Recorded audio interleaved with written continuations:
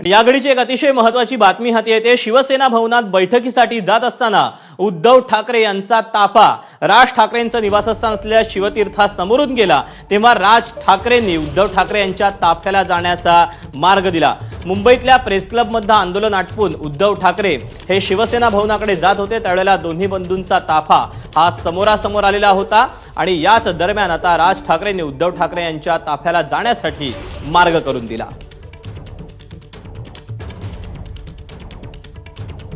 तेव्हा आता गेले काही दिवस झाले दोन्ही बंधूंमध्ये युती होणार का ही चर्चा सुरू असतानाच आता या अनेक घडामोडी देखील घडत आहेत। एकीकडे आंदोलन देखील एकत्र होत असताना दोन्ही पक्षांची पाहायला मिळतात आणि अशातच या दोन्ही पक्ष प्रमुखांचा जो ताफा होता तो एकमेकांच्या समोर आलेला होता आणि हाच ताफा उद्धव ठाकरेंचा बाजूला जाण्यासाठी मार्ग करून दिलेला आहे तो राज ठाकरेंनी।